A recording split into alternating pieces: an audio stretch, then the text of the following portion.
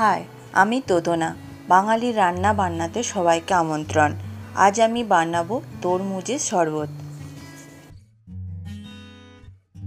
এর জন্য নিয়েছি তরমুজ। 1 কিলো তরমুজের ভেতরের লাল অংশ আমি নিয়েছি। চিনি 2 টেবিল চামচ। চিনি পুরোপুরি তরমুজ কতটা মিষ্টি তার উপর নির্ভর করে। একটা লেবু, বিট নুন সামান্য, আর লাগছে বরফের টুকরো। তরমুজ ছোট টুকরো টুকরো করে কেটে নিয়েছি। ছুরি দিয়ে ভেতরের সব বীজ ফেলে দেব, তাহলে শরবত বানানোর পর ছাঁকুনি দিয়ে ছাঁকার দরকার হবে না। এইভাবে সব ছাড়িয়ে নেব।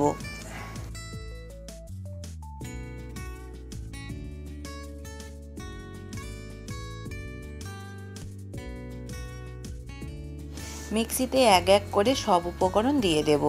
প্রথমে তরমুজ দিয়ে দিচ্ছি, এরপর দেব চিনি, বিট নুন, বরফের টুকরো, লেবুর রস একটি ছাঁকুনিতে ছেঁকে দিয়ে দেব।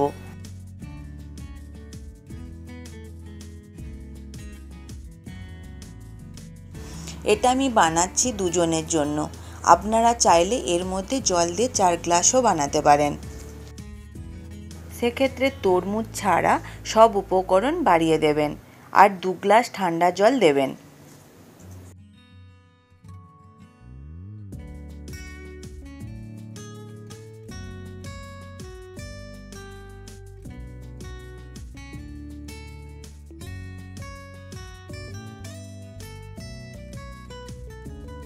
তরমুজের শরবত তৈরি। গ্লাসে ঢেলে নিন।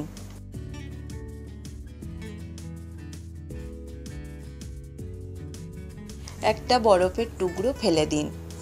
এরপর মনের মতো সাজিয়ে পরিবেশন করুন তরমুজের শরবত।